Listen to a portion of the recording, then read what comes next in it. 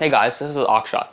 So when I upload this video to YouTube, each individual frame is going to be broken down into its binary equivalent, that is to say a string of zeros and ones, which is then going to be blasted 22,000 miles into the air to the nearest satellite, which is going to broadcast that signal back down to YouTube servers, which is distributed globally.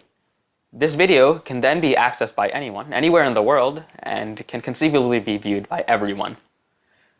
That is the power of the internet. It can allow two people on different sides of the world to be deeply interconnected.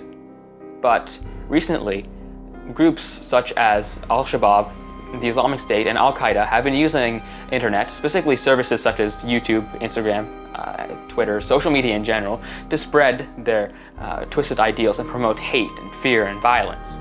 In fact, security researchers and communications experts at the University of Haifa in Israel have concluded that over 90% of all terrorist communications happens through social media. This has led the US Department of Homeland Security to conclude that this type of activity occurs in four ways. First is to share operational and tactical information. Second is as a gateway to other online radical content. Third is as a media outlet for terrorist propaganda, and finally for remote reconnaissance for targeting purposes. As these analysts continue, this type of activity occurs almost extensively on Twitter. I mean, if you think about it, Twitter is a microblogging site with an active user base of over 300 million. And with just a couple of keystrokes, you can connect yourself to thousands and thousands of users. But why is this important? Why does this matter? Well, first, it increases the frequency and complexity of attacks. If you look at social media statistics from the past few years, you'll see that since around 2010, there's been a rapid spike in the amount of social media use. And if you overlay a graph of the number of terrorist attacks since that same time period, you can see an interesting trend that starts to occur. So as the number of Twitter users grow, we're going to be seeing a rapid growth in the number of terrorist attacks. This is because using social media allows these groups a larger range of communication, effectively increasing the number of locations where they can attack. But it also leads to more complex attacks. If you overlay a graph of number of fatalities, you see that as social media use increases, the number of fatalities also increases. This is because using social media leads to advances in communications, which allows for the better planning and execution of attacks. Now, keep in mind that I'm not implying any type of causation. One isn't a direct cause of the other, but it does imply a very high correlation between these two phenomena, and something clearly has to be done about it. But herein lies the problem. Nothing is being done. So current industry standards at identifying accounts as terrorist affiliated or not are quite lacking. For example, Twitter uses account scrutiny based on user feedback, and there are a couple of inherent flaws with this. First of all, it's going to be physical limitations. Now, if you have, say, even 15 people, 30 people, 100, 200, 300 people doing this, you won't be able to get through every single account. Remember that there are 300 million on Twitter alone. There's probably going to be at least a billion if you combine in the other social media services. So physically, you won't be able to get through every single account based on the current methods. So that's one flaw, but the second one is going to be through bias, because remember that each individual person that's going to be grading an account is going to have his or her own bias, so each account isn't going to be classified the same.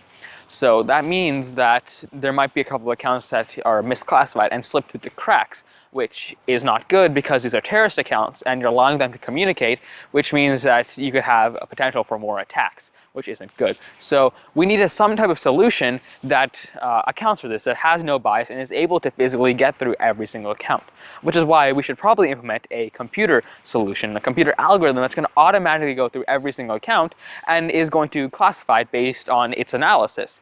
And the question with that is that, can we actually do it? And the answer to that is a resounding yes, we definitely can do this. Because if you look to the past, computer algorithms looking to data collected from Twitter have actually been able to predict national poll results, predict the spread of disease, predict recidivism rates with astounding accuracy. So we definitely can do it. But then, why aren't we doing it? Well, in January, we saw a meeting between White House correspondents and CEOs of major social media companies in order to see what we could do about this and to gather information about what we currently have and to determine whether or not we can implement a solution. Well, unfortunately, that meeting was almost a complete failure. We got nothing done in that meeting. But why aren't companies doing this? I mean, we definitely can implement some type of computer algorithm, and policies in these companies, and specifically looking at Twitter, say that if an account is deemed hostile or terrorist affiliated, then they can take it down. But why don't we implement an automated algorithm to do this? Why are we still looking at the old-fashioned, I don't like this account, I'm going to send it to them and they can analyze it? Well, it comes down to privacy, because if we have an algorithm that's going to be analyzing every single thing that everyone's saying, then people aren't going to want to use that services more. So it's going to be something, it's going to de-incentivize these companies to use these types of services, because then they're going to be losing the consumers. And if they do that, then they lose market share, and that's not what a company wants to do. So essentially, we need to find a solution that's going to both minimize any privacy concerns that people might have, so that way companies are incentivized to do this. And it's not like we can force these companies to do this by legally mandating it, because then these companies would just offshore or outsource to some other country where they don't have the same laws that we do that would legally mandate it. And then the government wouldn't do that, obviously, because then we'd be losing such a massive company from our borders, and we don't want that to happen.